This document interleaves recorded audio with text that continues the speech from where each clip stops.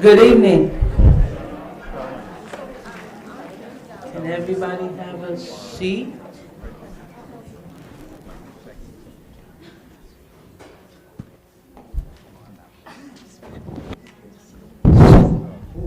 Hi, everybody. Welcome, everybody. Yeah. Just getting used to these microphones for a minute. So, first of all, welcome all of you to the opening night of the Beyond the Bars conference.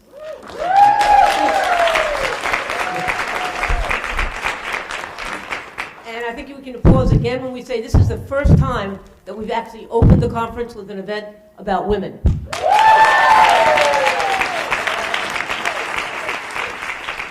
And I think we fit exactly into the right moment historically, because if we look at the Women's March that followed immediately the Trump inauguration, I think we can say that women are playing a leading role in challenging the resistance and imagining a new way of living. So I just want to welcome everybody. I'm from the Center for Justice here at Columbia, and I'm going to pass it on to... Whoa. I'm sorry. Okay, this is maybe a little better. My name is Kathy Boudin, and I'm going to pass this on to Cheryl Wilkins, my colleague. Good evening, good people. The one thing about women is that, when Trump got into office, we were sad. We laid down. We didn't go to sleep. But we got up and we started fighting and trying to figure out, okay, so we got to get together and get this man out of office, let's be clear. But,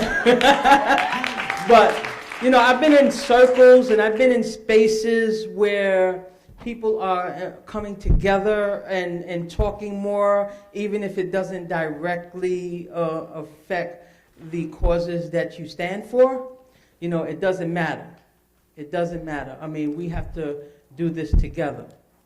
And so I definitely wanted to thank all of our supporters from near and far. Some come as far as California. Thank you guys for coming in. And all of our co-sponsors who helped make this possible. It's not going unnoticed.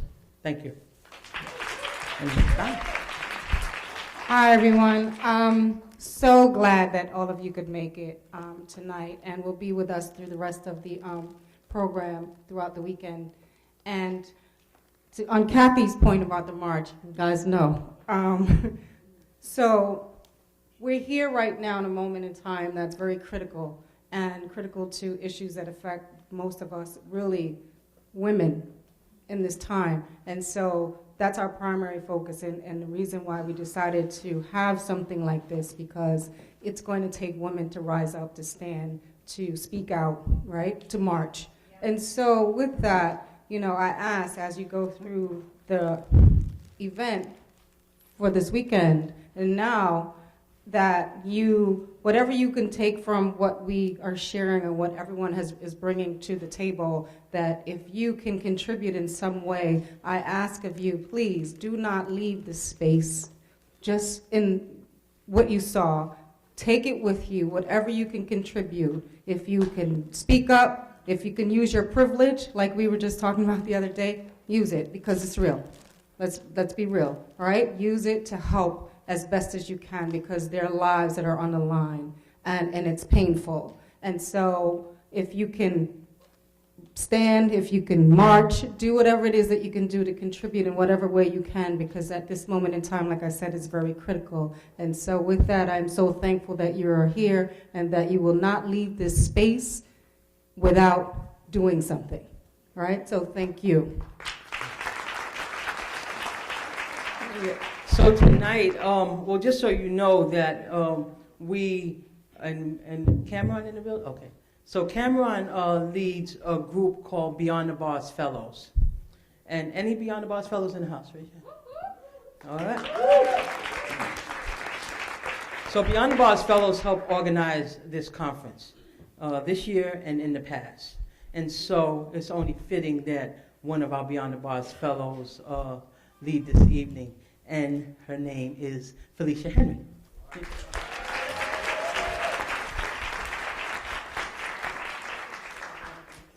Good evening, folks. How are we doing tonight? Yes, I see some smiles. It is an honor and a privilege to be here tonight and to be leading and hosting this event. As a woman, it is just an honor and a privilege. So I'm very appreciative of this moment. My name is Felicia Henry, and so I'll be with you tonight, the hostess with the mostess. So just know that I'll be in the space, okay? I'm actually going to open up before we get into the panels because I know that you guys are all waiting and just like anticipating all the beautiful, powerful, moving things that are going to happen in the space. But I want to open up and really invite some peace and some love because I know that we're going to be talking about some really, really heavy things. Is that okay? Okay, so I'm going to do something that I usually do when I'm like doing poetry shows. So I need you to follow me, right? Everybody ready? Right here, lock eyes, boom, boom. Ready? Okay, I'm going to say peace, peace. You guys are going to say love, love. I'm going to say peace, peace, y'all, okay? Peace, peace. Love, love. Peace, peace, y'all. A peace, peace. Love, love. A peace, peace, y'all. A peace, peace. Love, love. Peace, peace, y'all. A peace, peace. Love, love. Peace, peace, y'all. Let's snap it up. Yeah. See, we in a good mood, in a good space. That's what it's all about. Okay, so I want to introduce our first panel for tonight, and I want to introduce the moderator for that panel. So if you guys have your booklet, I'm going to introduce that. So the first panel that we're having tonight is called Narratives of Women, Violence, Punishment, and Criminalization. And our moderator for tonight is Victoria Law. She's a freelance journalist and the author of Resistance Behind Bars, The Struggle for Incarcerated Women. Let's support her as she comes.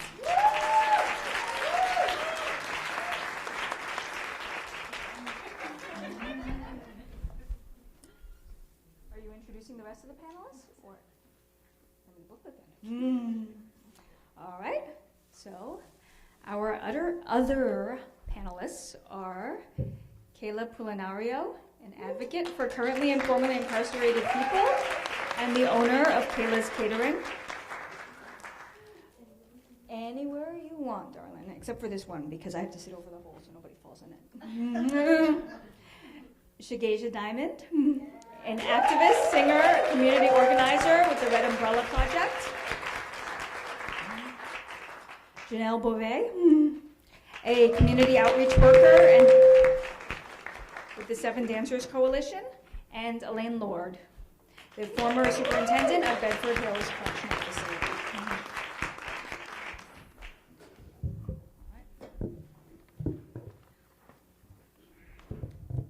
So you have to speak into the microphones when I make you talk because we're live streaming it. And are there only 3 microphones? Okay, so I think we can share. All right. So Janelle, let's start with you. All right, so why do you think it's important to have a panel to speak about the issues surrounding violence against women?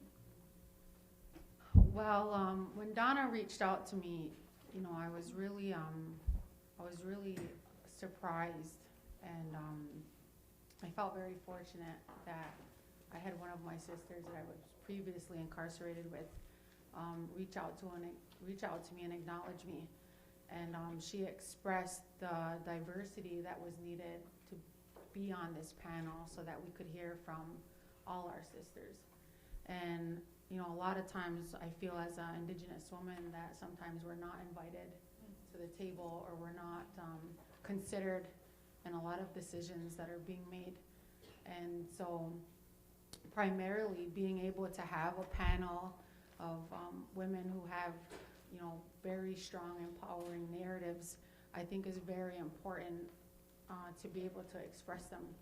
So what's happened with the panel is now we have a foundation, right, which I believe is very important. And so I'm sure as the rest of the conversation goes on, we will be able to weave in and out kind of like this story that we're trying to paint for everybody and invite them into what it means to be incarcerated and what it means to be affected by it.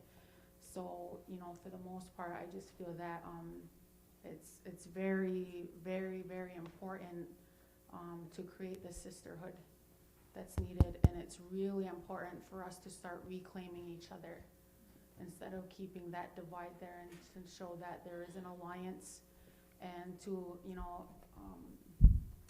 really express that not only for ourselves but for the generations that are coming after us, so we can say we put forth that effort to make sure that at the end of the day nobody was excluded. we invited everybody. And I think that says a lot about where we are right now as a nation and as a community. Thank you. And I've got a quick follow-up since you didn't take up the whole 5 minutes that I allotted to you. Okay. So can you talk as an Indigenous woman specifically about violence against Native women and Indigenous women as well, and how this ties into incarceration and criminalization? Right. So unfortunately, Native American or Indigenous people have the highest statistics on every horrendous level, that more than any nationality in the world. So primarily in the work that I'm doing in awareness and prevention and going into my Indigenous communities, I'm really trying not to tell them that that's your destination, is suicide, is missing, is addiction, is I really go in and try to empower them, because I can go in there and give them the statistic that right now in my community, 1 in 3 of my youth will end up in jail. And I don't want to tell them that. I want to tell them that they are the 2 out of the 3 that aren't going to get there. And so that's the whole purpose of caring. So a lot of times it's the mentality of family. It's very trying to introduce family roles, family responsibilities. So like in my description, I talk about being an auntie, and a lot of times that is a very strong woman role. And in my society, in my community, we are a matriarchal society. So there was never an instance where I didn't know that as a woman I had privilege and I had power. And even though I do fall into every horrendous statistic that we have about my people, I still feel privileged to sit here, to be able to express myself, and that even though I've had to come across all those really ugly spaces and things, as a result, I got to live long enough to come up here. We have a lot of missing and murdered Indigenous women, and there's not a lot of justice in there. And so it's trying to move past the anger, and it's so heavy and it's so big. But I refuse to lay down. I refuse to not try. And I really don't have the privilege of not moving forward, considering the ancestors and the heritage and the culture that I'm so grateful to have. That is why I get to stand up here and have something to offer you, is specifically due to my lineage and all of the beauty that really I feel I'm rooted in. So.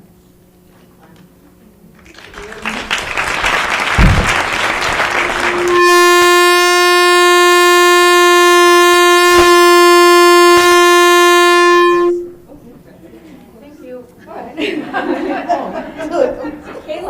Kayla. It was me? Yes.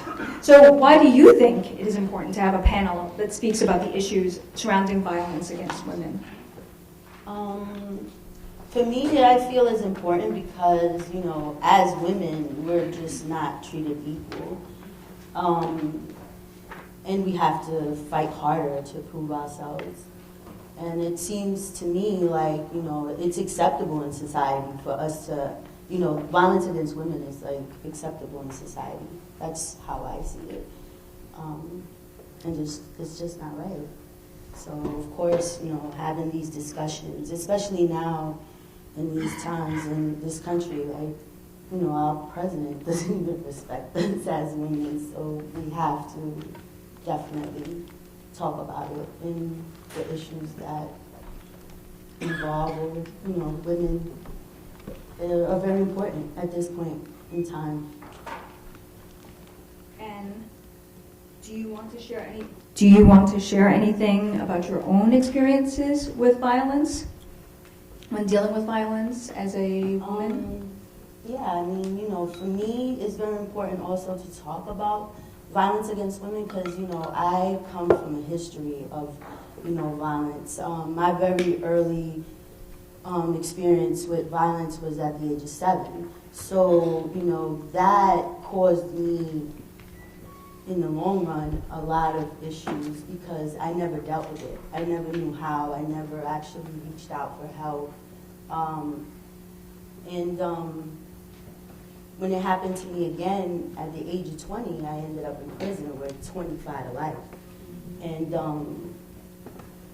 so I had no choice but to basically deal with whatever issues were going on with not only earlier on in my childhood, but now I'm in prison facing 25 to life for killing my rapist.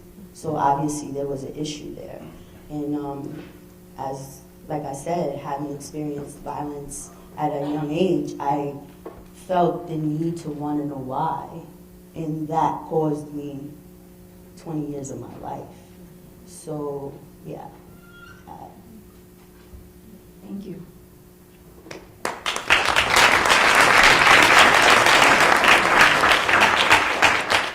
So Shigeisha, Miss Diamond, fabulous Miss Diamond. So my question was originally going to be, why are you so fabulous? But that doesn't quite fit with the panel.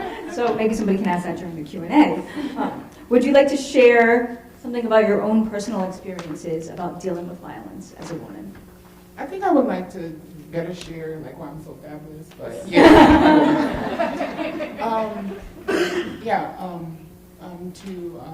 To address that, it's kind of complicated coming from a woman and then coming from a woman of trans experience, because those two experiences look completely different. Whereas a cis woman, would be treated unfairly to a certain scale, but she's still respected as being vulnerable. And so on the basis of being a trans woman of color, you're said to be tough, or if you're not tough, you're said you should get tough, roughen up. You have to, as a trans woman of color, you have to explain your existence. Daily of being who you are, you have to explain your existence, why you are who you are, why are you doing what you want to do. If you're going to school, you have to explain why you want to go to school. If you're in a relationship, that's questioned.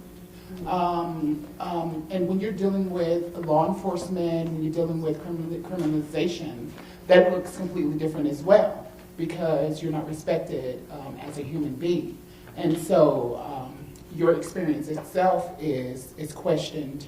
So when you're trying to address concerns about safety, they don't care about your safety because they wish that you would change. Erasure is happening a lot in the trans experience. We've already lost 3 trans women of color just this year. And so that's within the last month. And so nothing is being done about it. When I talk to the leaders within our community that are fighting the systems of oppression to help our community to grow and to thrive, talking to these women on the phone, I feel like their spirit has just been wiped away. These are women who were boldly living life and encouraging other women to live life, are now coming into the shell to where they feel like now they don't want to come out of their homes because they have a target on their backs. And so what does that look like for a trans woman of color when you know you can't be protected within your own community and you can't be protected with the systems that are set up to protect you? And so, so pretty much you have nowhere to turn. So you have the organizations that that we have been looking to lately, as of late, to be able to find out how to plan and strategize. But again, the voice of a trans woman of color isn't even respected. So it's said a lot of times that we take up too much space or that we're angry. And they're not asking the questions of why we're angry and why we're in these systems, why these pitfalls are put in our way. Education has been a barrier. I was a woman who was incarcerated for 10 years. And the Department of Correction decided to change my information back to my birth documents. And so I had already made, the changes and everything. So what does that look like for someone who has absolutely nothing, who has doesn't have family support because of their experience, their trans experience, and they can't get help from the state or the government? And so, like, coming out, you're said, okay, you're going to fail. You're going to fail trying to get education. You're going to fail without education. So there's no win for being a trans woman of color. And what does it mean for you as a trans woman of color to have been criminalized? As a woman of color, as a black woman, as a trans woman of color, to have gone through criminalization and incarceration? I feel like at a certain point we're conditioned to expect it. We're already told if you're not going to be the gender that you were assigned at birth, you're going to fail. And so you're not encouraged to go out and do anything. You're not encouraged to be the best you can be. You're not told that you're great, like a child would be told by their parent, because your parent is disapproves of your way of living. So already you're going into a world that's saying that you're not going to be able to make it, and society reinforces that.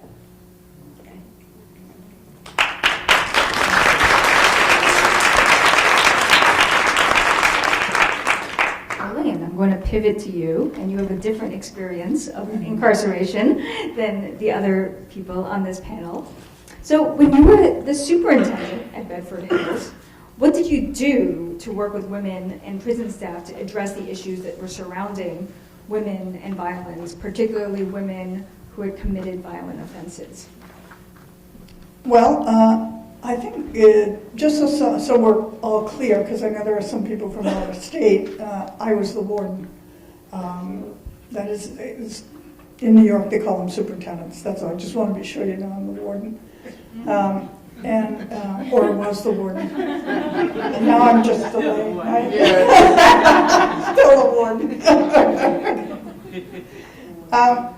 I think that we have to start taking women where they are when they come in, and give away some of these perceptions that we want to have about how routine or regulated we can run our facilities. Because I think that gets us into a lot of trouble in corrections. People are people, and they come to prison for many very different reasons. One of them that we know over and over again, particularly with women, is violence. Women who come to prison, between 60 and 80%, have histories of physical abuse, childhood abuse, battering, serial violence. In other words, all throughout their lives, they have experienced violence. And that does something to a person. And we need to understand that we need to, if we're going to do anything correct, that's why it's a correctional facility in this state. I don't think we correct, but I think that we can provide opportunities for people to begin to see themselves differently and to see the world differently from the way they have been grown up or the way they have been taught. Because obviously, I think what you just heard is, as Kayla said, at 7, she experienced violence. What does a kid do with that? And who do you go to? And so often we find that when kids have gone to somebody, they get shuffled aside or they get blamed. And it gets worse. And so those are the people that eventually migrate into the prisons because they get stuck and they don't know how to deal interpersonally. They haven't had any help with that. And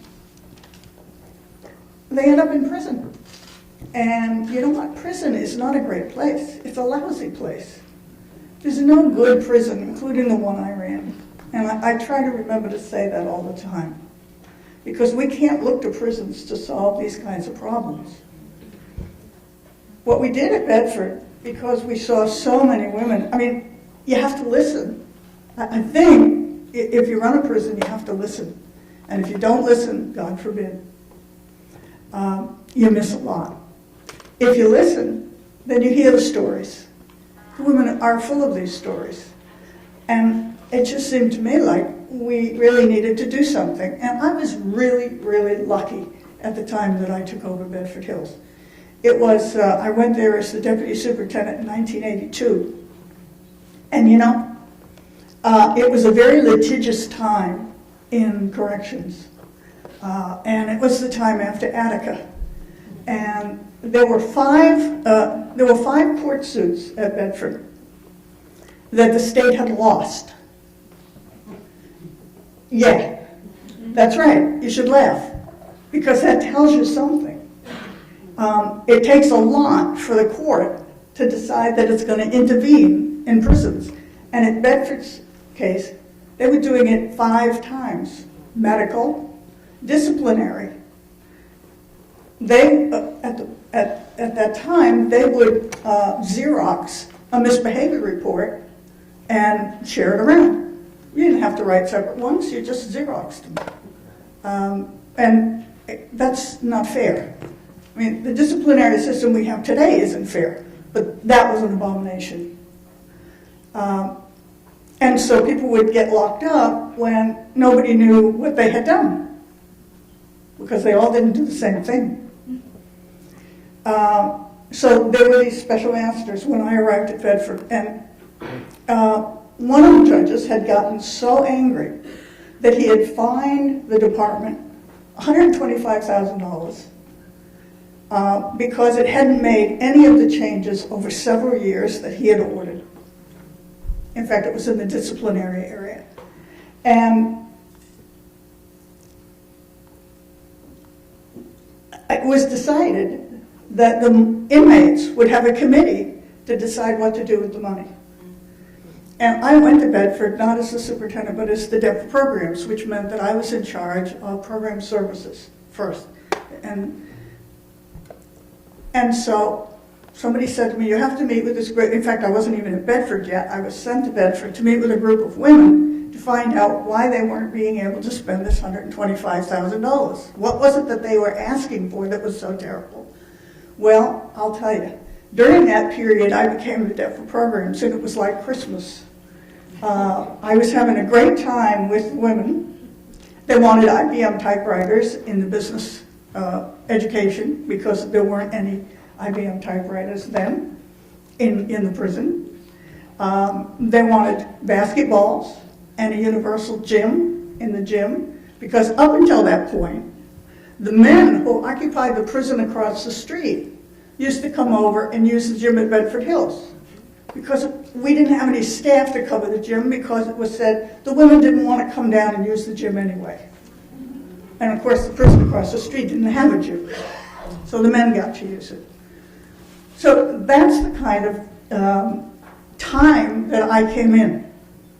And it was also a great time because Ronnie Eldridge was in the governor's office, and she was in charge of the women's division under Maria Cuomo, and she was very serious about women's rights and women. And she came to Bedford, and she was a listener. She asked me if she could meet with the Inmate Liaison Committee, and I said yes, that's the elected group that runs prison. And so she started meeting with them, and I would sit in, and they would talk about things, and very soon the discussions turned to violence. Bedford Hills is the maximum security prison. 60 to 70% of the women are there for violent crimes. The others get moved on.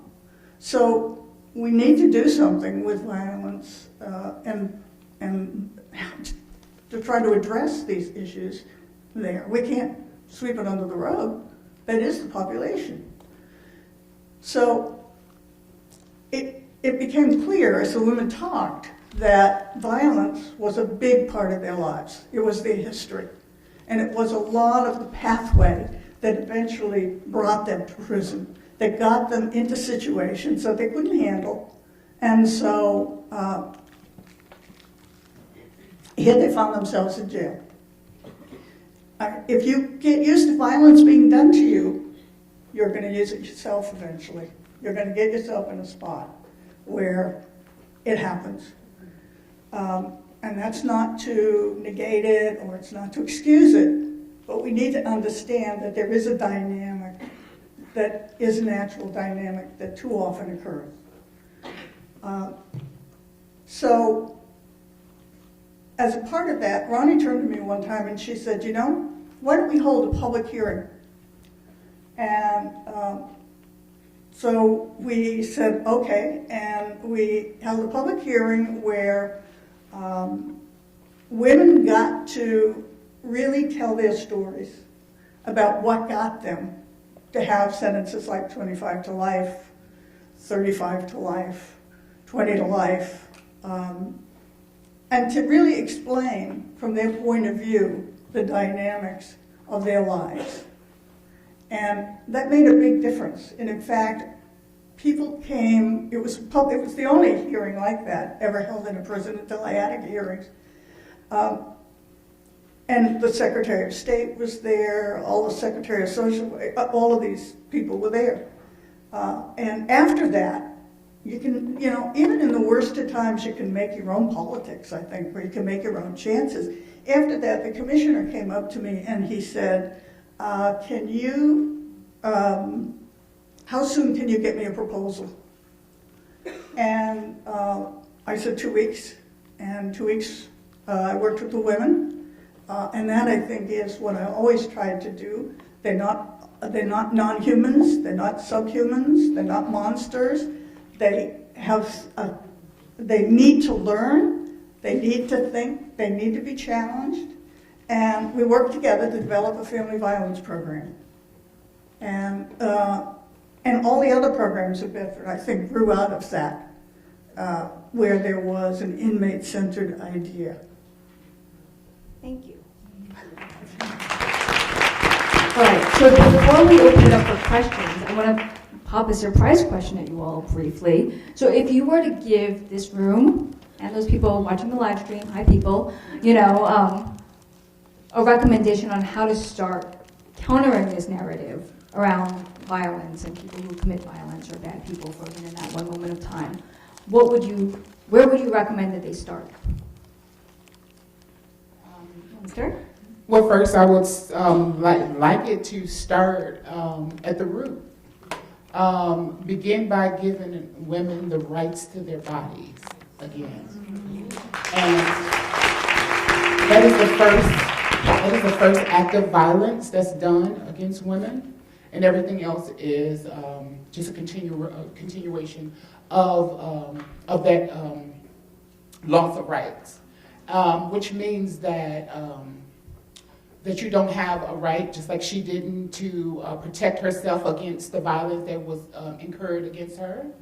Also, the criminalization of a person of color isn't a form to protect them. It's a form to take away their rights, to further take away their rights, because you lose, again, the rights to your body. So everything becomes misuse of state property. So you no longer have a control of your body. So if, in fact, an officer was to rape you, you're supposed to be there, and because he's always said to be credible. You as a prisoner are not credible. You're not just in that space to be punished for your crime. You're being punished for being a criminal. And those are two different things. When you come into that space and you're told that you have 15 years,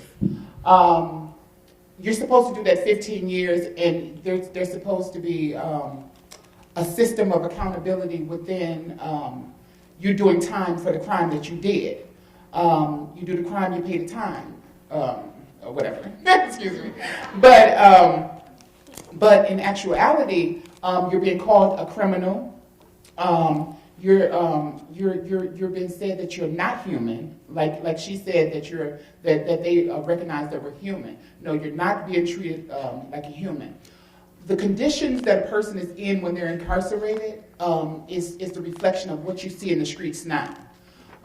So the torment and the harassment, the rape, the assault, the deprivation of all the rights, it is what you see when this person is released into society. Because what can you do once you've terrorized this person?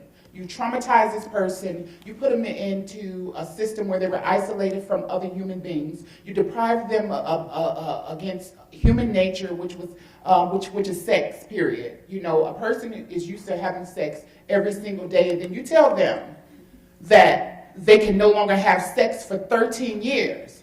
And so if they are maybe masturbating or whatever the situation is, that's considered to be a misuse of state property. If they indulge into a sexual act with another prisoner, that's a sexual misconduct, which would in fact give you more time.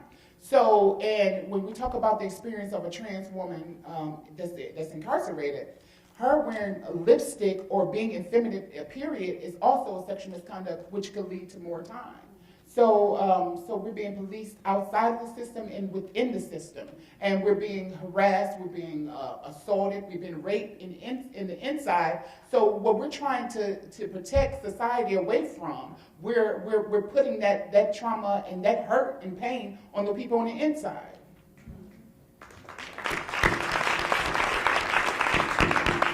Now, briefly, because I wanted to actually do the Q&A. No, you were fabulous. But like now I'm speeding this right along. Also, if somebody has a pen, so I can actually send people Post-it notes of doom to tell them that their time is up, I greatly appreciate it. Thank you.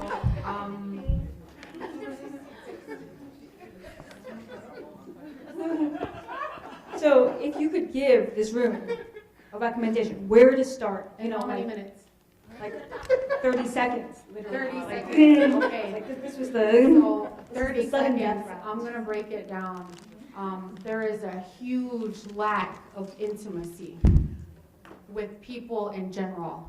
Everybody is starving for intimacy. Everyone is starved of spirituality.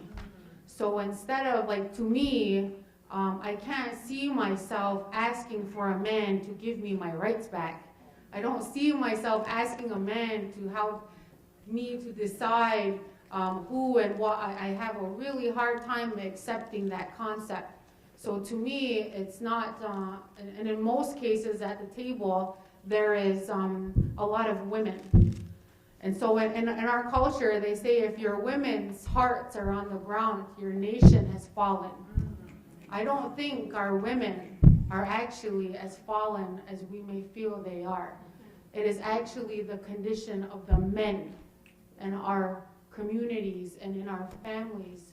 Something is happening with our men. That's where I feel the solution lies. It's the women who are upholding the people, we're upholding the families, even being abused, even being subjected, even being judged and punished. We are holding up everything still.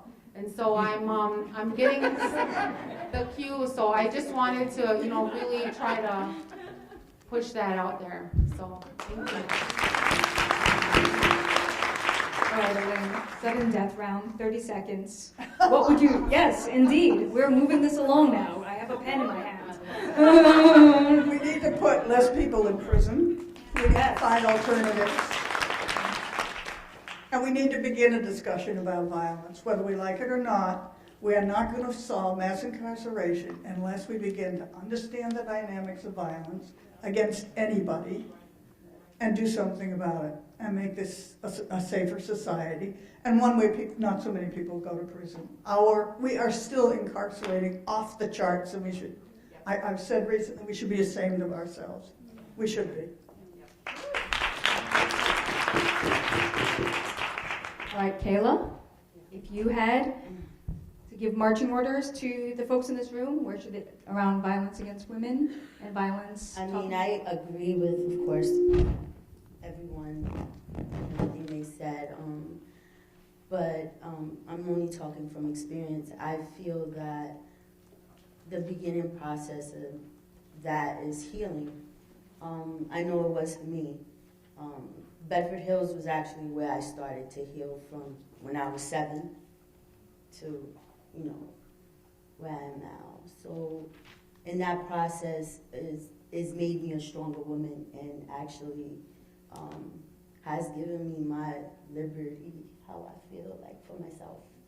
Because when you're a victim of any kind of abuse, you feel down, and the healing process, I think it's very important.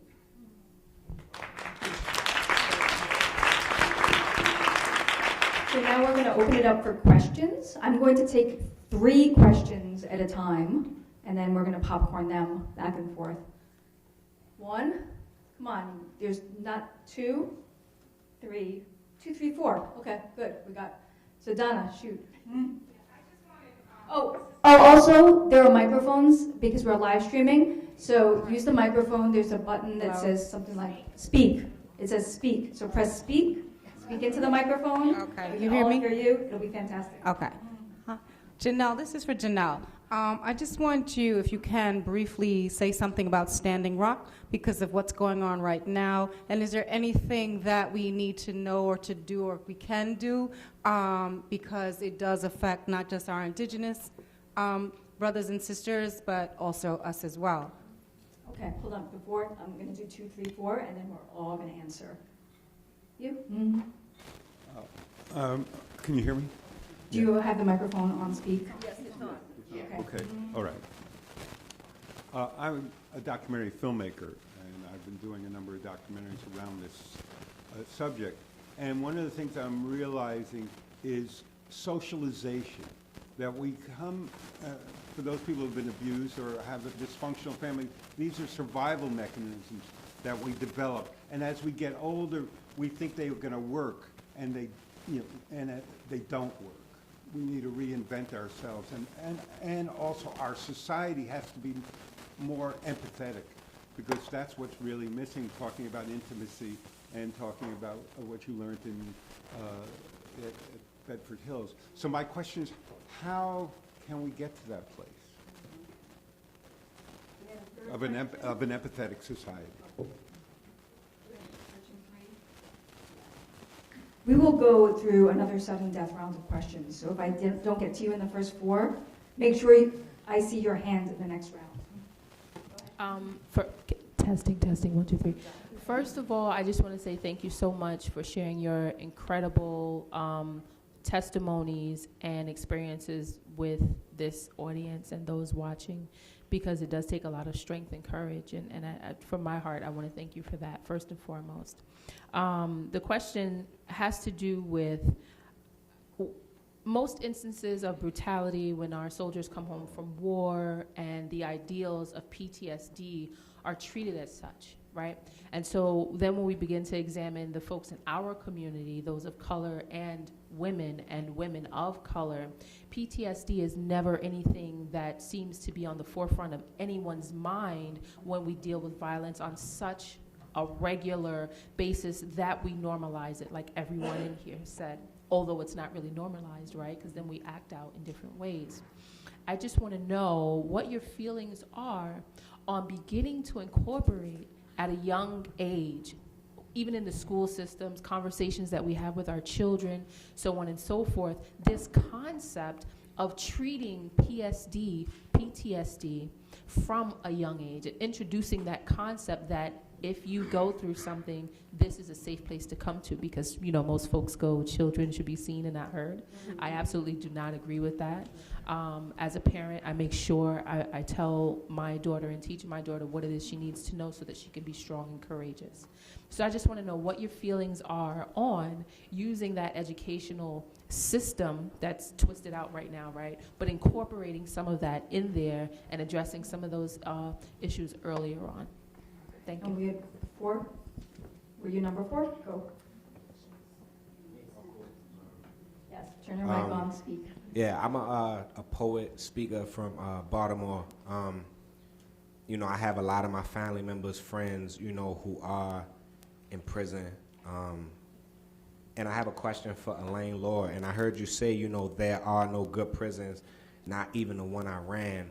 So I just want to know, during your 20 years at this facility, when was it that you realized that, the prison was bad? Was it like your first year, your second year, your 18th year, like your 17th year? Like, when did you realize that, it was bad, All right, so we have our 4 questions. Elaine and Janelle, do you want to start? Yeah, so Donna, thank you so much for mentioning Standing Rock.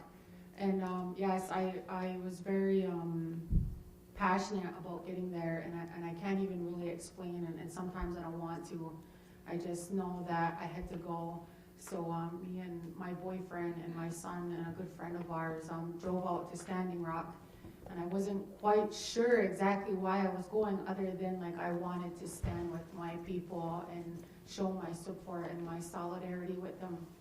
So you get to Standing Rock, and there's this long line of flags representing all these tribal nations, which for us is a very huge ordeal in our history, and things that were probably only prophesied. So we were all witnessing something that we were only told would someday manifest, right? So we're there. And what a lot of people don't know about Standing Rock is it's not just Indigenous people there. There was so much support from all over that I had no idea that there was so much love and consideration for us and support. So for us in our culture, women represent water. And so to me, being able to go to this protest, it was very soothing to me, and being mindful and conscious of creation and the earth and my environment for everybody is they were all there. And it was the first time I had seen so many men come and honor a calling to be a man and to protect and to provide and to stand when you can. And so, so what I really wanted to say about that is Standing Rock is about a woman who's being invaded, who's being, raped. And we have all these people showing up to say, we don't want you to intoxicate her anymore. We don't want you to pollute her anymore, because without her, we can't live. And that is the essence of women. So for the most part, I just want you to know that Standing Rock is about a woman. And that with all of us standing for her to protect her and, to do something, is us standing up in essence for us. So I just, that's my...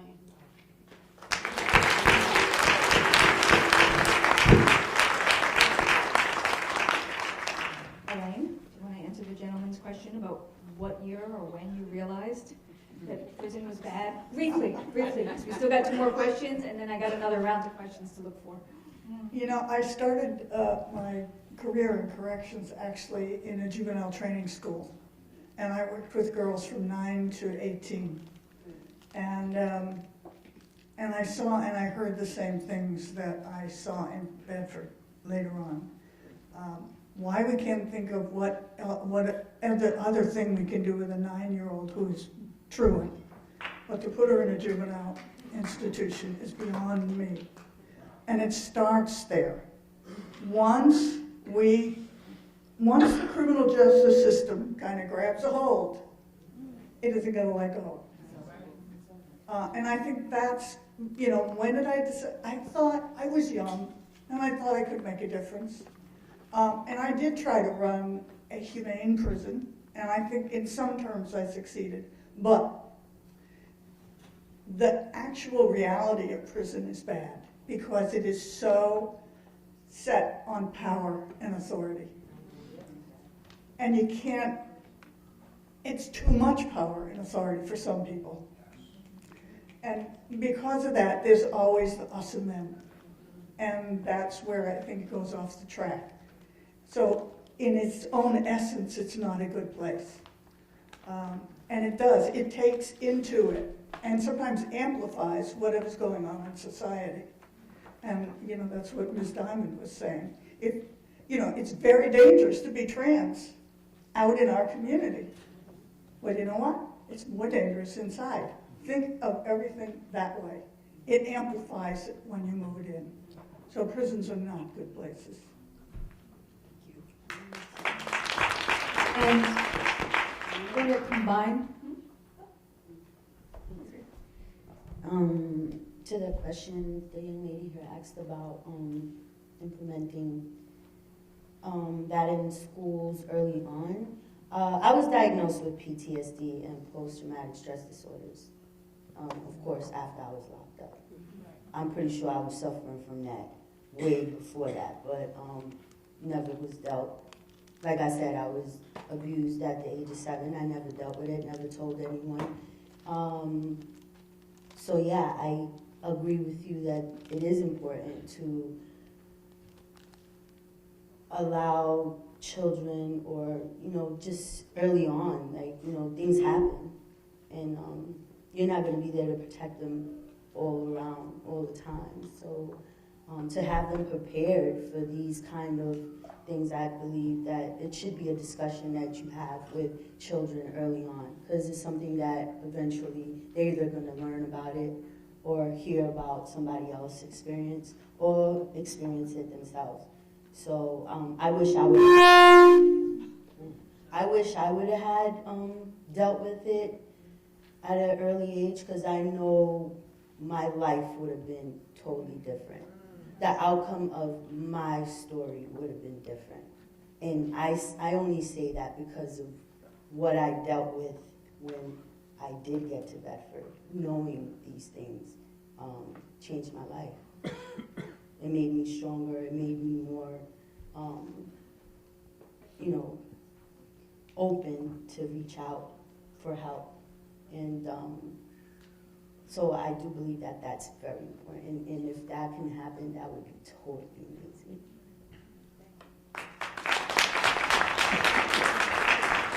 And then with that one last question, if somebody wants to answer it briefly, because I don't want to intrude into the next panel, there's another panel after this full of superstars, so you want to stick around for this? So does anybody want to answer briefly, Ms. Diamond or anybody else?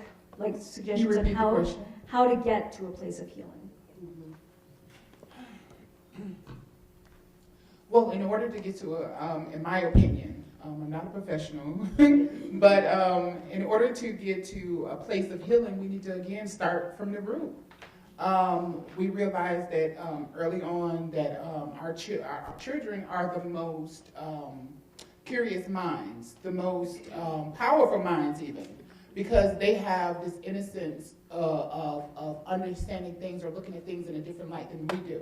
So the problem comes in is when we have like this a different style of parenting, to where we're misinforming our children, and then we're leading them out to society, into this world that doesn't exist the way they explained it. And so sexuality, gender identity, and expression looks completely different than what you're taught in the homes. And so when we're teaching our kids that they're supposed to not like this person or not trust this person because of their race, or they're not supposed to, or we don't give them the right understanding of trans people, of gay people, but we give them our own internalized hatred towards those people. We create that problem when we send them off to schools, dealing with a diverse community. So I would say, again, PTSD, we need to start addressing it very early on, because, again, like she said, we're going to be dealing with the same problems that we're dealing with our youth when they get older. So we got to understand that these are little people. And so we call them little people for a reason, because these are the future of people that we're going to have to deal with. So if you're beating your child and you're talking dirty and nasty to your child, there's going to be an adult or a teenager that somebody has to deal with. And so they may not deal with them with your child in the same way you would deal with that disrespect. So again, we're setting our kids up for these pitfalls. We're not setting our kids up for the pitfalls that's already out there. We already know that they're going to be criminalized for sagging their pants. So we need to start addressing our kids in a way that's very intentional. Education needs to be at the forefront of what's going on with our kids. We sit in front of the tube and the TV, but we're not putting them in the corner with this book and letting them educate their mind in different prospects that we have going on now, because we have so many different ways that our kids can learn. PBS being one of them that's being up for grabs. I believe that we need to fight for PBS. I believe that we ourselves need to find a way to start investing in our kids' education in that way. I remember PBS was how we got a chance to understand a lot of the things that we weren't taught in school or that we missed in school. So I believe that we should really take a hold of our education when it comes to our kids and when it comes to our teenagers too. Respect the educational space. Invest more in it. Make sure that when there are cuts being made in the schools that we stand up against that. Because again, once you lose the attention of our kids who have attention disorders, that they're going to turn to something else, and so that something else is not going to be beneficial to our community. So let's make sure that we teach our kids, we respect our kids, we love on our kids the way we haven't before. To make sure that when it comes to I'm rambling on, so I'm going to land this plane.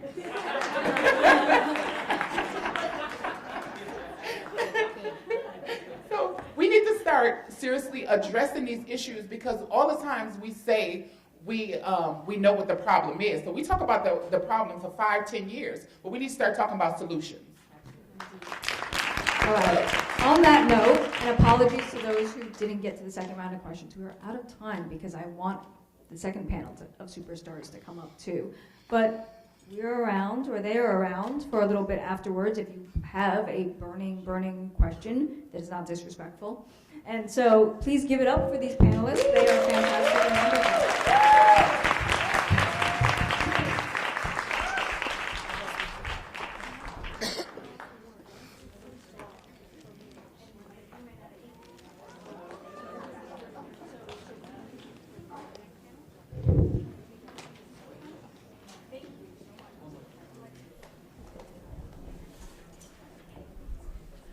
So, man, this is the ugly mic, I think. Okay.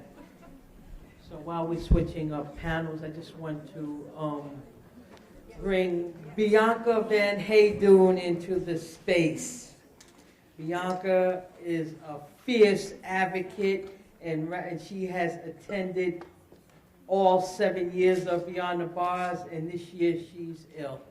And so what I wanted to do was bring Janelle up and bring some warm energy, some healing power, some sisterhood, brotherhood into the space so that she can feel it, because I know that she's live streaming. Thank you. Me and Cheryl are going to be best friends by midnight. I just know it. She's amazing. So I'm privileged to stand in front of you today, and I know a lot of times in my community, and I primarily reside and work within indigenous communities, we have this ceremony where we call it's a condoling ceremony. And so if you were coming into my community, we would hold you off, and the women would all stand here, and we would address you. And we would ask that before you entered our space, we would take this feather and we would clean your eyes from all the negative things that you've seen while you've been out there. And we did this with our men and our people. I'll get to that. So what happens is, and then we would clean your ears of all the negative things that you've heard, and we clean your throat, and we clean your heart, and we clean you off. So that way when you come in to our space, we are equal now, right? So we make sure and clean you off before you come in. And I think that's very symbolic, and it's very considerate, and it's an intimacy, and it's an empathy about the journey that you've taken to come into this space. So you've all walked from someplace, you are all somebody to somebody. And so I just really would like you to, if you can, clean yourself off of anything that isn't yours or doesn't belong to you, so that in this space we can be as productive and as effective and as enormous as we're all hoping for it to be. So we also have a Native American prayer, and unfortunately I don't know my traditional language as well as I would like to, and there's a whole bunch of reasons for that, but I don't have a good excuse for not knowing it as much as I could today, but I'm not giving up on myself. But I do have a prayer to share with you today, and I was gonna sing, and I can't remember the song, so I'm like, I must not be meant to share it with them. It is actually unprecedented for Native American women to come out of their communities and speak to people. We have been trying very desperately to self-preserve what it is that we have left. So if you all know, you might have that story where that one time I met an Indian, that might be the story here and whatnot. But for the most part, I feel very privileged to stand before everybody today and to represent my community, my family, and my children. So it goes a little something like this. We would say, "O great spirit, whose voice I hear in the winds, and whose breath gives life to all the world, hear me. I come before you, one of your children. I am small and weak. I need your strength and wisdom. Let me walk in beauty and make my eyes ever behold the red and purple sunset. Make my hands respect the things you have made, my ears sharp to hear your voice. Make me wise so I may know the things you have taught my people, the lessons you have hidden in every leaf and rock. I seek strength not to be superior to my brothers and sisters, but to be able to fight my greatest enemy, myself. Make me ever ready to come to you with clean hands and straight eyes, so when life fades as the fading sunset, my spirit may come to you without shame." No. Thank you.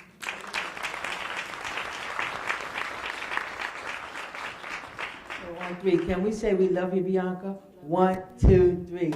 We love you, Bianca. Let's give another rousing round of applause to all of our panelists that have come before us.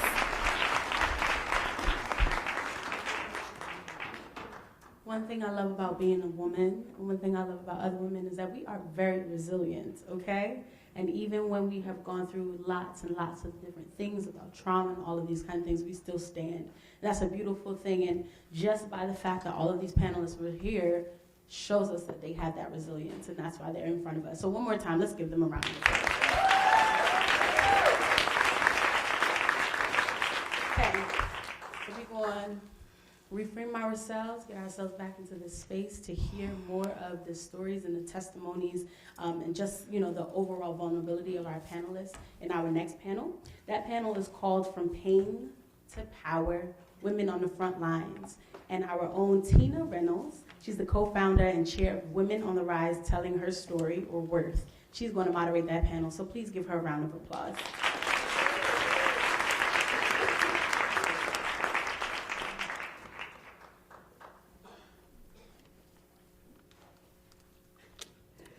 Good evening, everyone. How are you?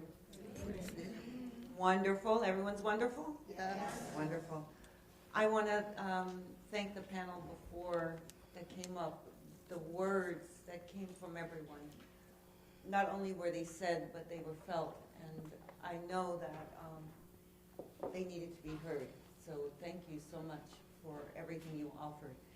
I also, before I make my introductions of everyone to come up and join me, would like to thank my ancestors for this honor,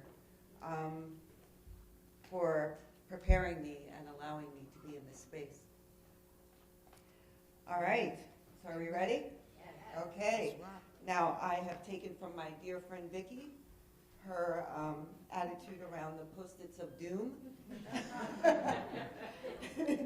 to keep everyone on time so we can hear everyone's comments and get to the questions.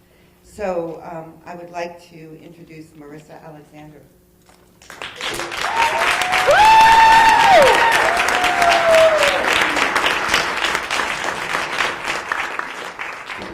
I figured this out, I'd let them clap first and then I'd tell them who you are. Marissa Alexander, an MBA student, graduate, was fulfilling a career in IT management when she was arrested and charged with aggravated assault in August of 2010 for firing a single warning shot after being attacked by her then estranged husband in August of 2012. I'm going to fast forward so you can share. While reunited with her 3 children in January of 2017, she completed the conditions of her sentence and has started her own nonprofit and is completing detailed accounts of her journey in upcoming book. Today, Marissa publicly speaks as a domestic violence advocate.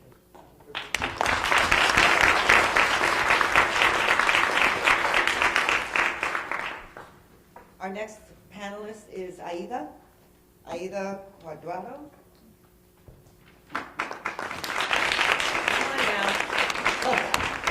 Everyone up here is phenomenal. Aida, we sat over there together. Let me find your bio so that I can introduce you a little bit. Thank you so much for being here.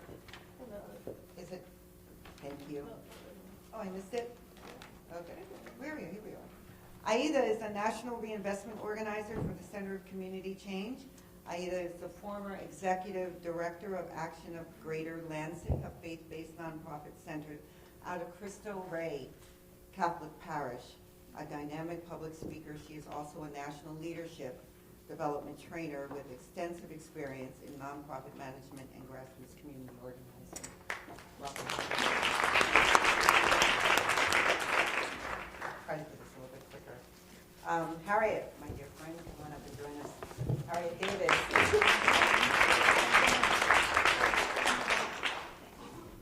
Harriet is a family unity project coordinator for LSPC, that's Legal Services for Prisoners with Children. And also all of us are known co-founder and health educator. As a family unity project coordinator, she oversees the work with family law conferences and classes, as well as the policy work to support the maintenance of family bonds when a loved one is incarcerated. And I'll let you complete your story.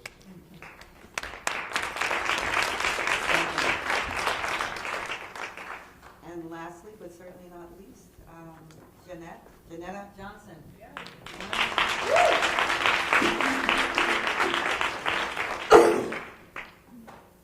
Janetta is the executive director of Transgender, Variant, and Intersex Justice Project. Janetta is an Afro-American trans woman who was raised in Tampa, Florida. She is a healer through her work as a transgender, gender, variant, and intersex TGI Justice Project. Excuse me. And facilitator invested in decolonizing spaces. Janetta, I'm not going to continue your bio so that you can share. Is that okay? Phenomenal. So welcome. Thank you so much. And here we go. All right.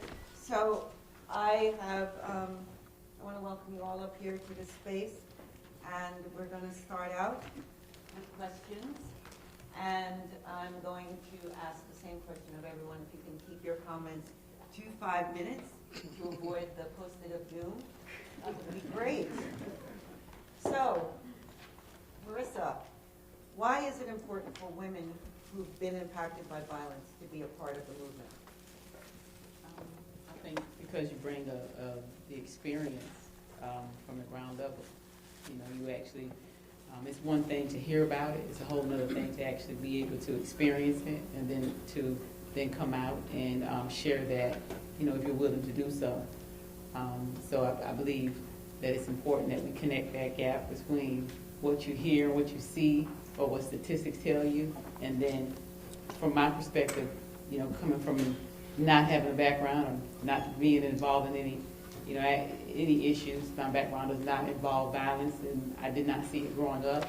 And then having that huge disconnect to being put in the environment and having to go through it, I believe that I offer a different dynamic. So I think there's other women out there like me, just like there's other women out there who did experience, you know, the violence and then had to go into the system. I think Ms. Harriet, you know, told me she actually had to kill her abuser. I did not. That's a different dynamic. So I believe it's important to be able to share that so that other people that are experiencing it or have not seen those dynamics get to be able to do so, and then figure out how you can be a part of that movement. Because if it doesn't affect you on the front end, you know, it will affect you. It affects all of us, and it definitely is going to affect you on the back end. So that's kind of, you know, where I want to come in and try to bridge that gap. Thank you. Aida, would you like me to repeat the Yes. question? Sure.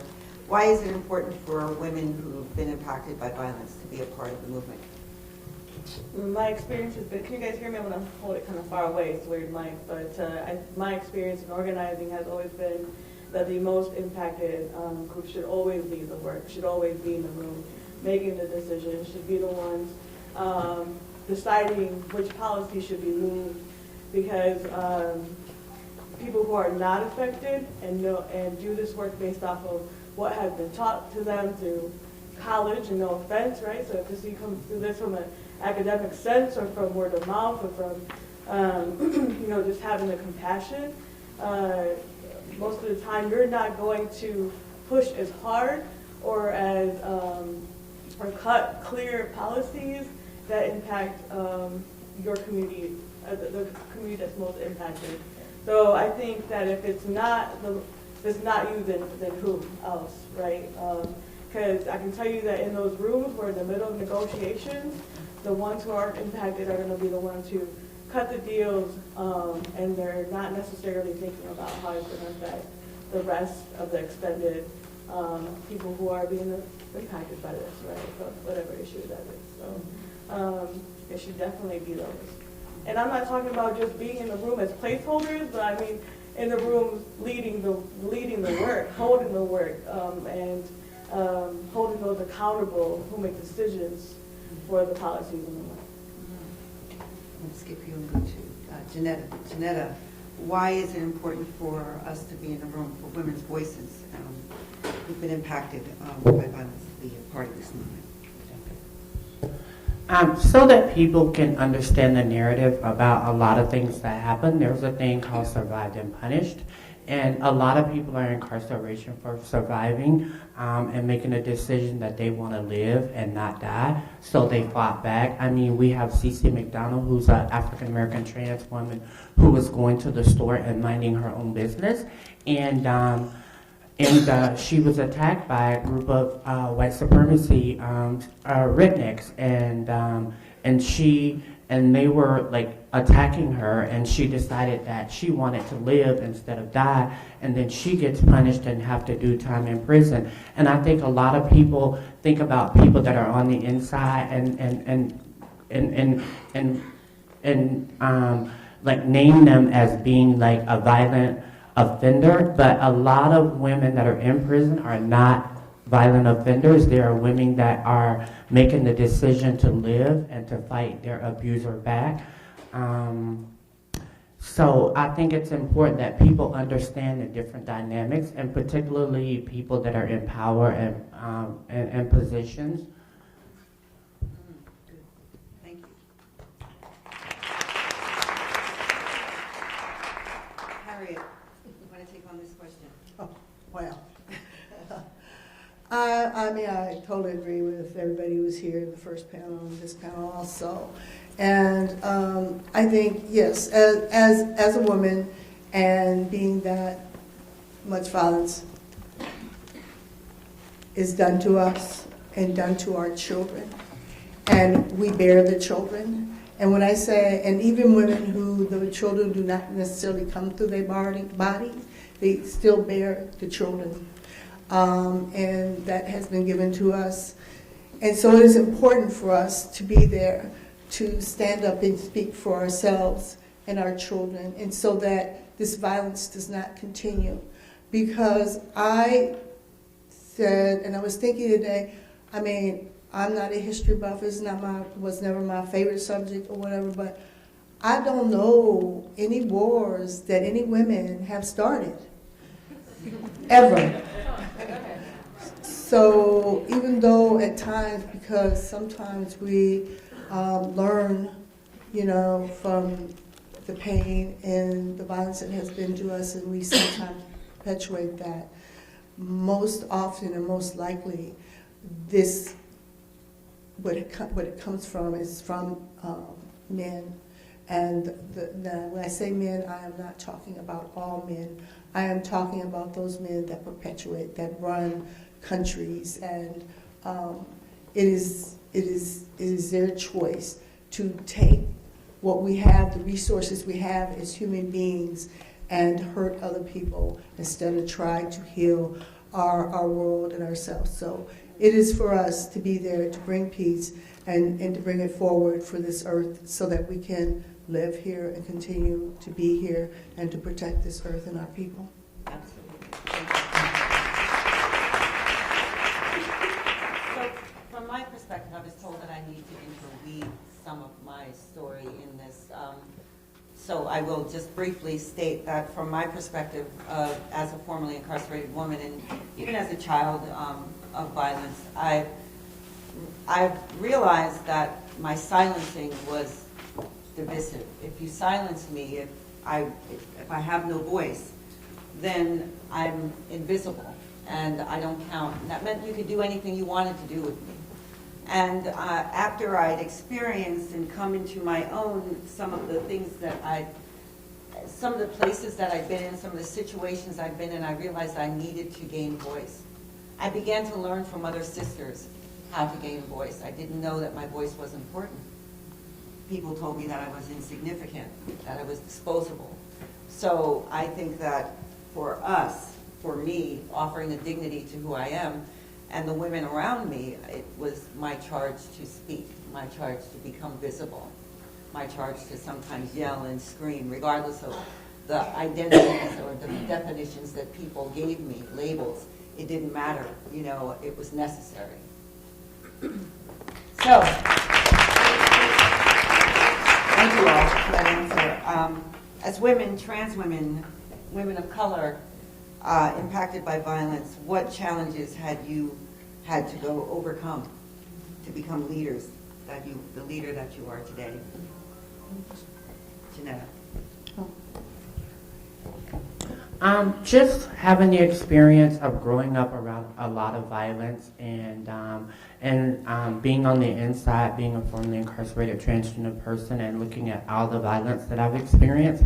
And I just basically look at all, I have been in therapy for the past 5 years, consistently every week. The only time that I'm not in therapy is when I'm like at an event and I don't have an opportunity to meet with my therapist.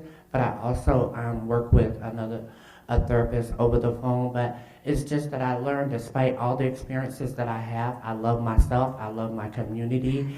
And I'm just going to backtrack a little bit. I used to work the streets in the 90s, and Black trans women have always protected women on the streets. Black trans women in my community have always protected women. We've allowed them to come into our homes and stay with us and allowed them to bring their johns. We fought with their pimps, even though we knew they were eventually going to go back, but it was an act of violence that happened, and we intervened in ways and got our ass kicked sometimes, but we've always supported, like, not allowing violence to be perpetuated on all women. So I just learned to love myself. I learned to love my community. I learned to stand up and fight back.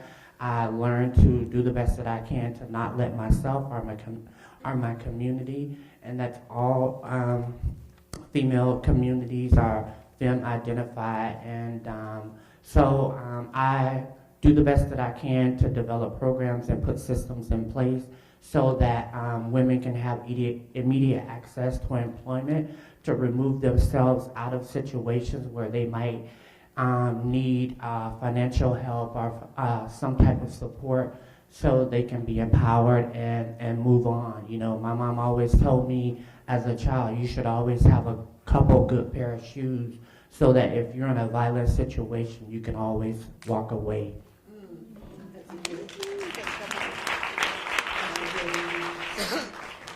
So Harriet, I want to ask you, out of how we met and your offering trainings to formerly incarcerated women, what did it take for you to get to that place to be able to offer yourself and to see the need for women to be empowered?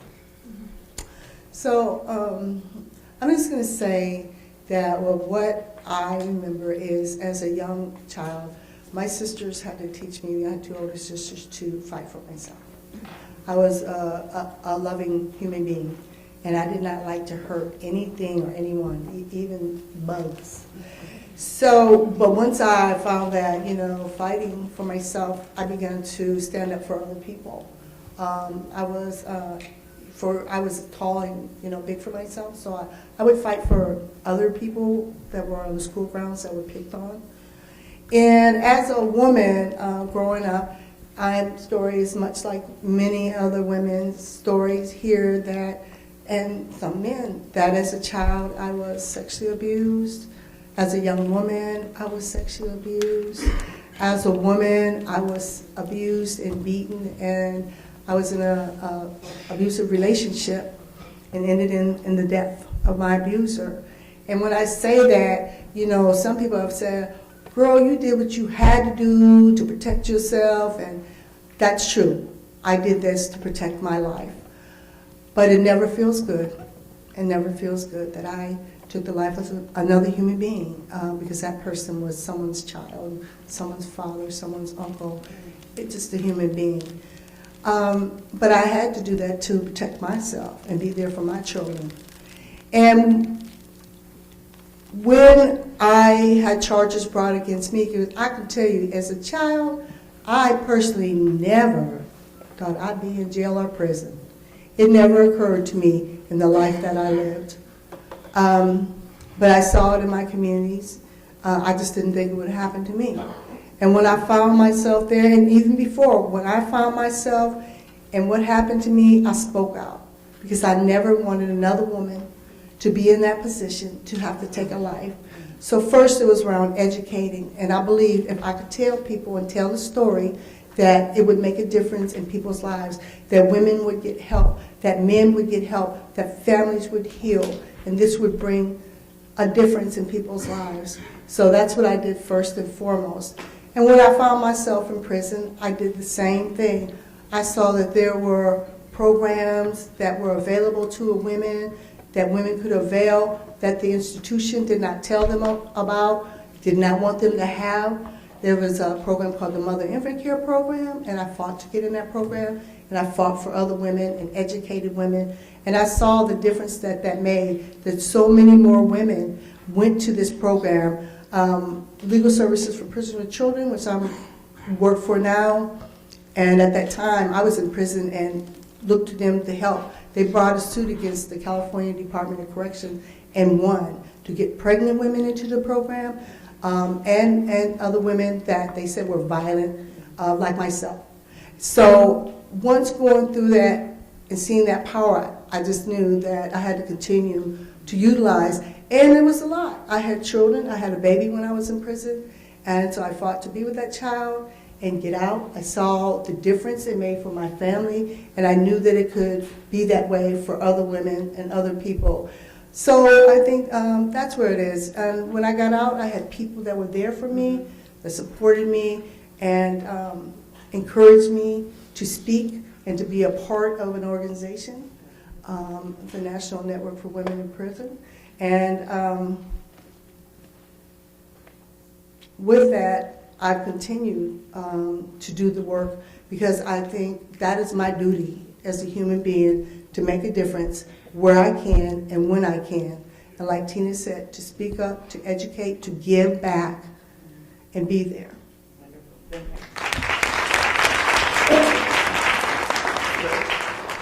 Thank you so much. I'm excited. I'm always excited. I read a little bit about your bio, and you were telling me when we got a chance to speak a little bit about what you were doing and where you volunteered. Were there many challenges as a volunteer with women, immigrant women, who've been abused? Yeah, I think it's really something that's not spoken about. I think there's a lot of violence against undocumented women that's not spoken about. I guess I'm not being heard. Yes.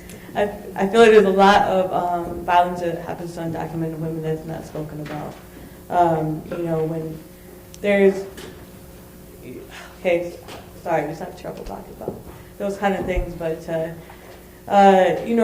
knowing that you have to cross the border or on your process of coming over to either save your life or save the lives of your children, because honestly that's most of the time that's happening. Knowing that you have to prepare for being raped on your way over, knowing that when you arrive here you might be already with child, right, yeah. So And just the violence just coming in, so that's just the sexual violence that happens to women, and not talking about the post-traumatic stress that happens along with being having your spouse taken from you or your children taken from you, or that's generational violence. That happens. I think the Public Health Institute released that when the impacts of deportation and immigration on families is you can track it 5 generations in, right? So there's a lot of things that you have to overcome. But I think that women are. Someone said earlier that women are resilient, and I think when you make a clear decision, I think women who make that clear decision to cross a border for the sake of their lives speaks a lot to their courage. And I think one of the things that helped me really get clear on the power of just women in general and mine and myself is that I'm okay with being an ordinary person that does extraordinary things, right? That I don't need a doctor, and I don't need I'm totally hating on academics today, but not like that, but you don't need to have a doctorate, and you don't necessarily need to know all the stats. Your life is enough evidence of what's wrong in this world, and that and even though it's just ordinary things, you can move and change everything around you as long as you're clear that it's wrong, and that anger is a proper response to being violated in any kind of way. And that's what I would say. That was getting clear on being powerful, and that I don't have to. I'm an ordinary person that does extraordinary things. Marissa. Marissa, a little bit about your story when you were arrested. You had a young baby. Huge challenge, facing everything during that time. How did you overcome it? How did you work through it? Excuse me. How did you overcome the challenge of facing the criminal justice system, being criminalized, demonized, and leaving your children? Well, for me, a lot of people don't know that part, but, she was premature when I had her, so being in that relationship, it was very intense. And so I was trying to leave out. But anyway, 8 days after I had her, she was born a month early. She was 4 pounds, 12 ounces. She was in the NICU, so she was still in the hospital. And the incident happened. So once I, got out or whatnot, and having to, I went into autopilot, and this is just the way I dealt with it. So I'm just going to be raw and honest with you. Good. I had to shut it down in order to continue to take care of my twins and breastfeed and pump for this baby. And that's what you have to do. That's the choice I made. There was no other choice. Giving up and following was not the choice. That's what I did. And then, so, once I became incarcerated, he decided he wanted to take her from my mom, and she was 6 months, and I did not see her again until she was 3. So I was incarcerated when that happened. As a matter of fact, I was on the phone when he got the restraining order and took the police over there to take her from my mom. So at that point, it was either live or die. So the choice was to live. So I completely blocked out the fact that I had 3 kids. I had 2. I could not think about her anymore. That's what I had to do to survive. So that was a choice I made to move forward. And I would write about her in the journal. I knew I had the 3rd child, but in order for me to survive, not lose my mind, and not know where she was, because he didn't let my family see her, I didn't know where she was. I could see my twins, and their father. We worked well together, and the family supported that. But I didn't know where my baby, who I breastfed, who was in a NICU, where she was. So the choice I made was to completely block her out. But I continued to pray. I had to pray that whoever had her was over. I had to pray for them. And that's important, because, you can harbor feelings of anger and you want, but I couldn't do it. There was no room for that. So the truth of the matter is that I had to make a decision. It was either live or die, and the best way I knew how to do that was from the foundation that was laid to me from my mother. And that was just knowing who God was and that he could prevail, that he could do the impossible. What I couldn't do in my strength, he could do 10 times more or than I can imagine. And so that's what I did. And so I continued to fight. This case was on top of that, it was not about the facts of the case. It was about politics. You understand what I'm saying? You stand your ground and all of those politics. And by the time I made it to a global thing where it was in the media, it was so far from what actually happened.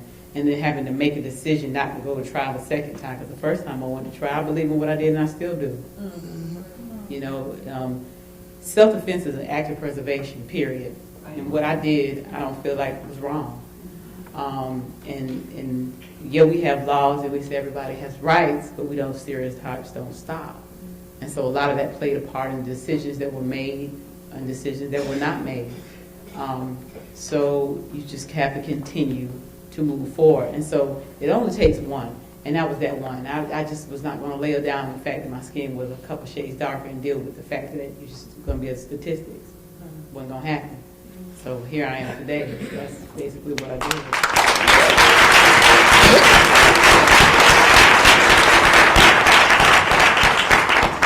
Thank you so much for sharing that. So, this is my next question, and you can answer without me calling your name. What was your most enlightening moment in your frontline work, in your being a leader? What was the most enlightening moment that you experienced? There's always joy in our travels and in our, in our work, in our road, and some of the challenges and barriers. But there's always joy. There's always that enlightenment. Something happens where we say, yes, this is why we're doing this. What was that? Would anyone want to take that on? No, I'll speak. Go ahead. I can say that maybe not one moment, and we've talked about some of the violence, but I want to say here that I didn't say, and I want to say, is that that they are criminalizing our communities, and they are criminalizing us. And some people don't want to say, I don't want to say a victim, but what has been done to poor people, women, people of color, brown, black people, Native, to us, they criminalize us to keep us oppressed and opposed to each other, so we will not fight the system in unity. And they do it into our communities. They take our children and criminalize normal childhood behavior, and they are putting them in jails and prisons, and the prison to the jail, the schools to prison pipeline. It is real. They take our children, and then they use, like I had a felony conviction, and my daughter at a young age was abused and used and got on drugs, and they took her child and would not allow me to get her because I had a felony conviction.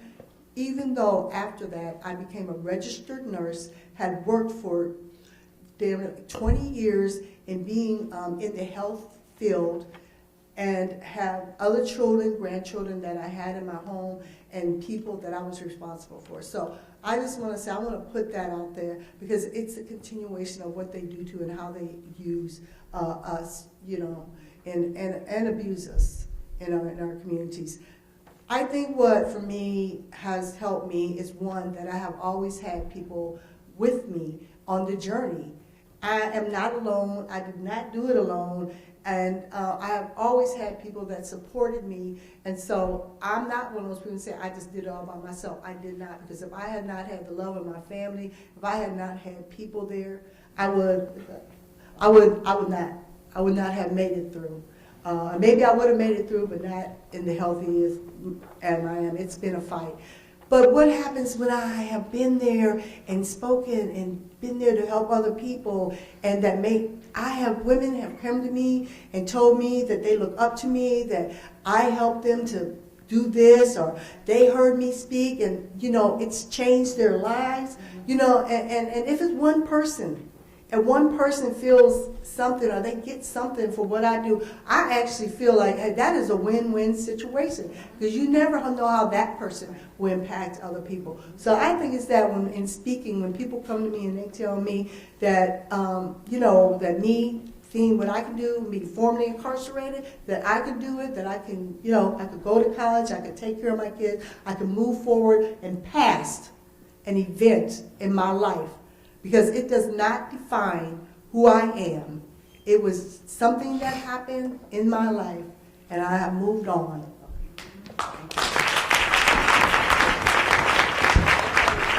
So we have 30 seconds to answer that question. Okay. Well, I wanted to talk a little bit about the political climate and Trump and particularly.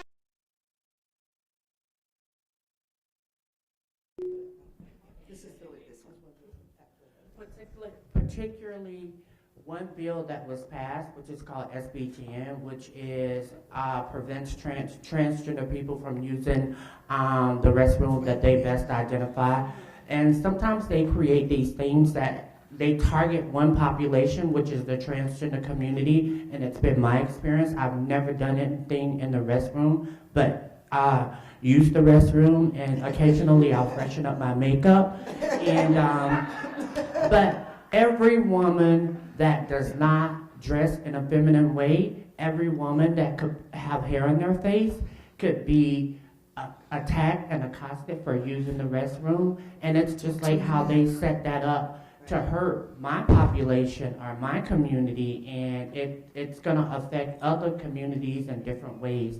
I've had cis women share with me that they have been literally grabbed and refused to use the restroom. And one of the things that I do to take care of myself is, once again, I stay in therapy. I make sure that I take care of my mental health, and sometimes I share my story with people individually, because sometimes people need that, and I can only share with them my experience and hope and how I managed to pull myself out of a lot of things that have been very hurtful to my community. Yes, thank you.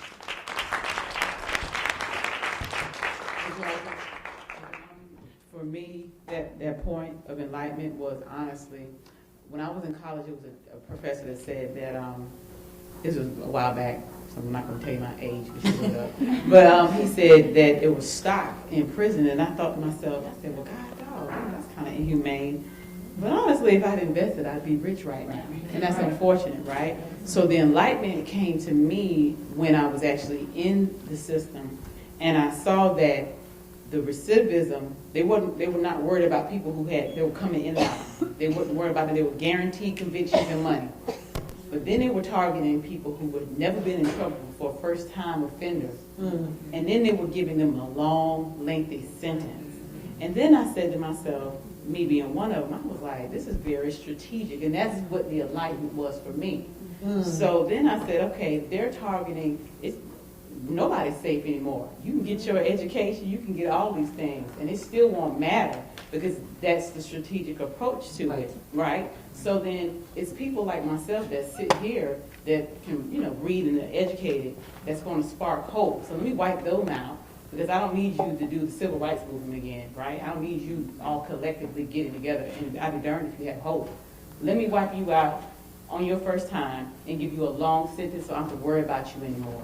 Because that's all I want. And then that's, to me, that's where the enlightenment came. Because it wasn't just about, because the people that were coming in and out, they can count on them. They were good, letting them out, letting them come back in. And they were, same time, sometimes the offenses were not as harsh, but I've seen that they were in and out and for years. And it didn't matter, that it wasn't getting any time. But people who, were nurses and had went to school and had, never had been in trouble before, were not getting that first-time offender or any kind of mitigation or reprieve. And so it just kind of made sense to me. So then I started, as I got out and did research, and I was like, this is a very, very strategic approach.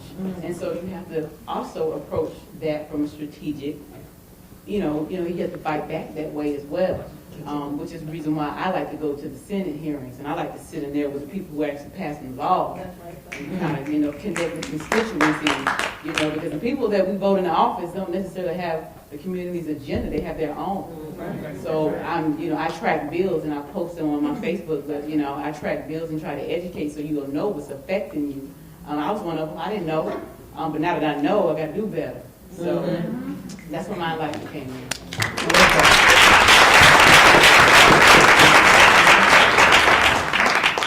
I just want to ask you, yes, 30 seconds, and your enlightenment specifically around immigrants.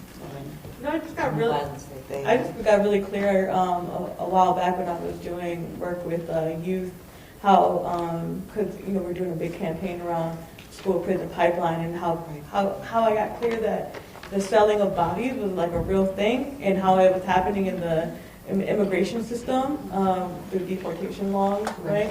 And the same thing that was happening with mass incarceration, and how easy it was to dismiss someone, because the second you label someone a criminal, illegal, inmate, or whatever word you want to label them, they become unhuman. And once they become unhuman, you can treat them any kind of way, right? So, yeah. That was your enlightening moment. Yeah. All right. Thank you all so much. I think we have some time for questions. Wonderful. So we're going to do like Vicki did. We're going to take the 4 questions and you're going to answer them, panelists, as you see fit. All right. Anyone want to ask questions? Carol. Hi. Just ask a question. I would really like to understand what you meant about the 5 generations. Can you just turn your mic on? There's a little button that you can push that says speak. Okay, can you hear me? Okay, so I really would like to understand. Thank you all, ladies. You were phenomenal. Thank you. I would like you to explain a little bit more about the 5 generations of pain in the family after immigration. After immigration. Okay, thank you. Next question. Yes, in the back. So thank you again. I was duly impressed tonight. So my question is, how do you get involved? How do you get involved? Like I've been incarcerated. I didn't do Bedford time. I got a voice. I got a passion. I just want to know how to get involved.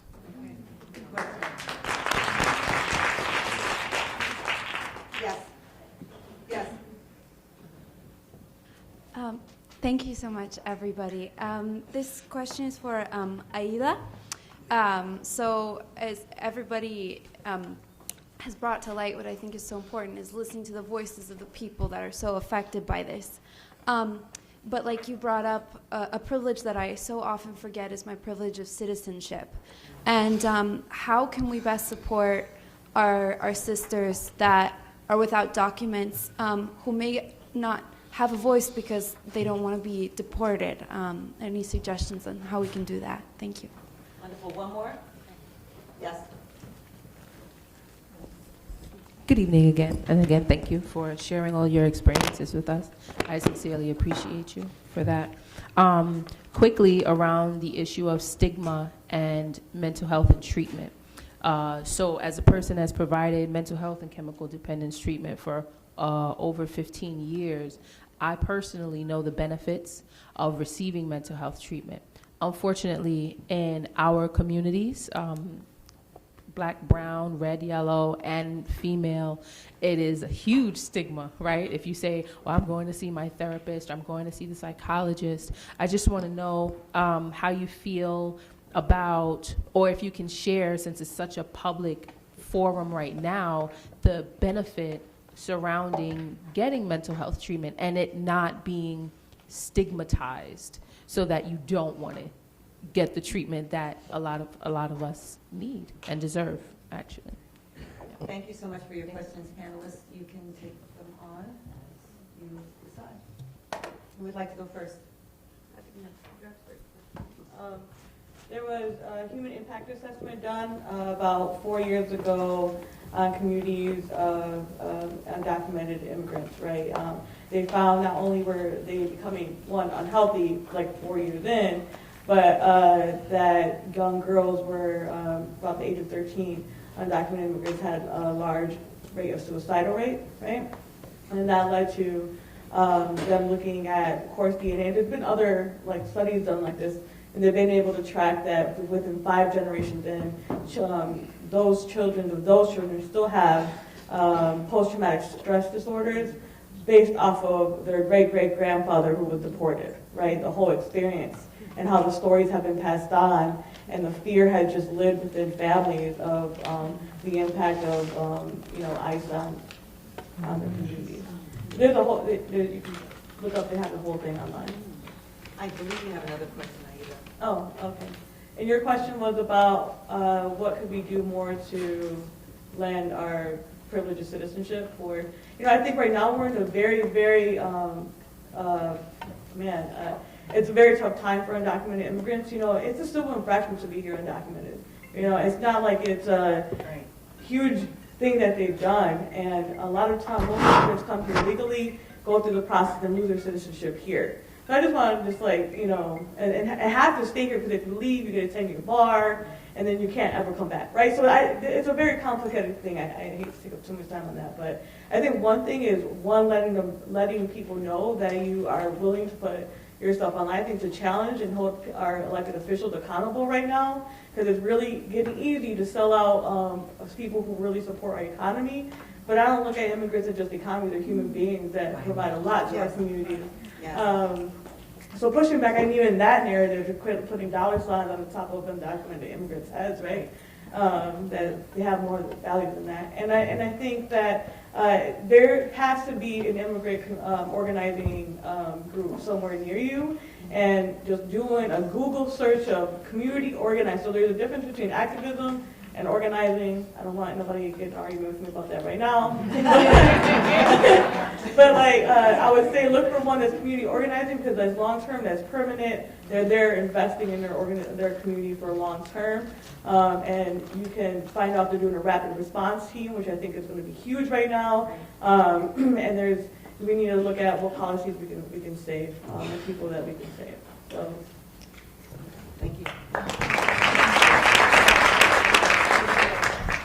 I'd like to address a little bit about the mental health piece. One of the things that I do when I work with people, a lot of times they say they want this and they want that, and I challenge them and I ask them to make a 2-month or a 3-month commitment to meet with a mental health professional, and also, language it in a way that what do you have to lose just to make an attempt. And I've worked with many people that have went and realized that they've had been able to work through a lot of stuff, and been able to name some things that has affected them and held them back, and that has been very successful in some ways. And some people continue on, but some people only get what they can contain, and traditionally that's been like a 6-month period.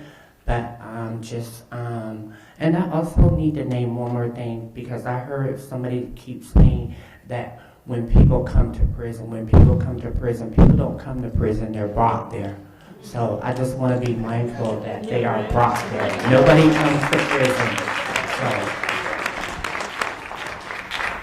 Touche.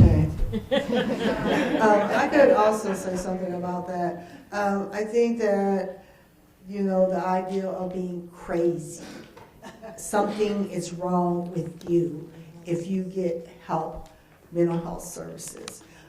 People do accept, mostly around drug treatment nowadays.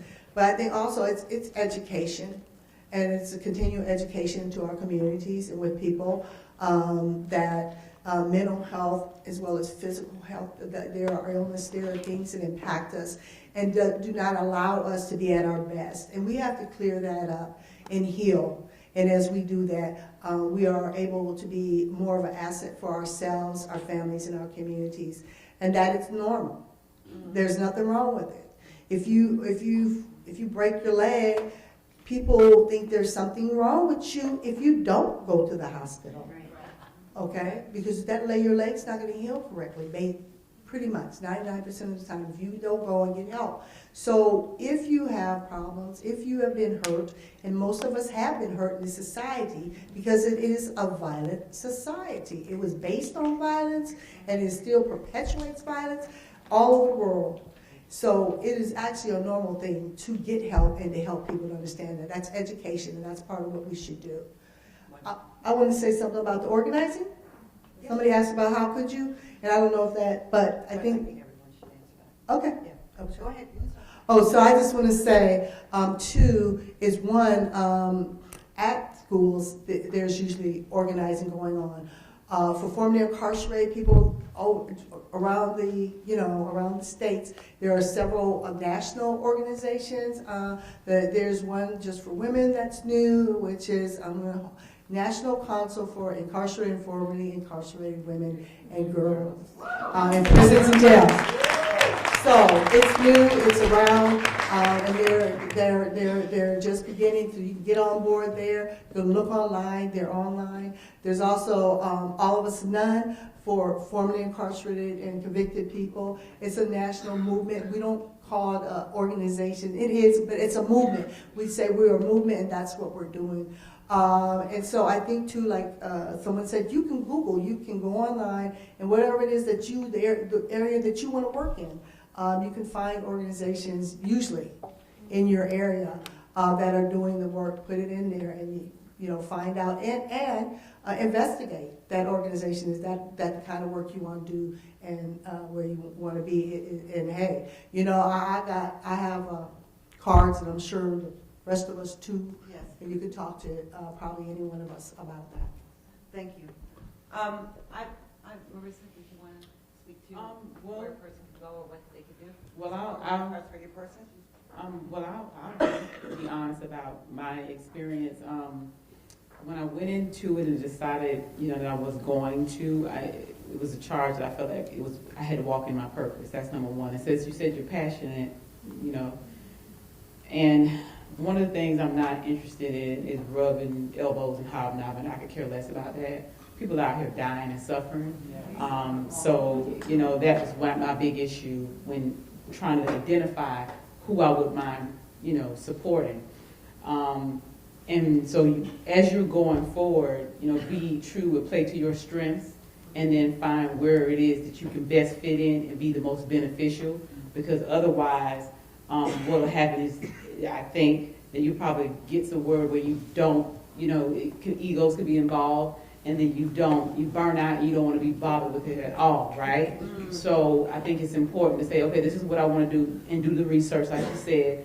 Play to your strengths, whatever that is, and let somebody know that. And hopefully that person will say, yeah, I think you'll be, come do this, and it'll be something you want to do, and then you'll be more apt to stay in it long term and push that agenda.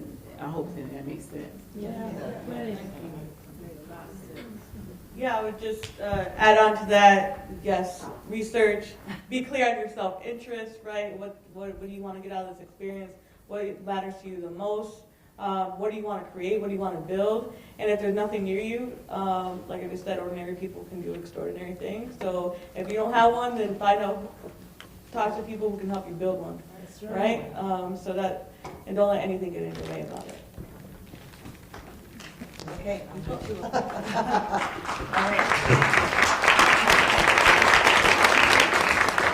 So thank you so much for listening to this phenomenal panel of women. I just would like to remind everyone that in doing this work, I think the most powerful moment we had this year was the Women's March. Understanding that we have to do this work collectively, inclusively, co-collaboratively. We have to stand with each other.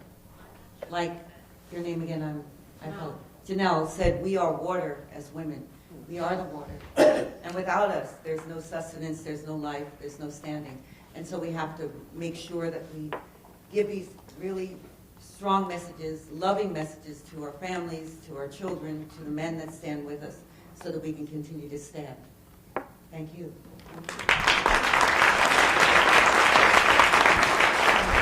Do you have my contact?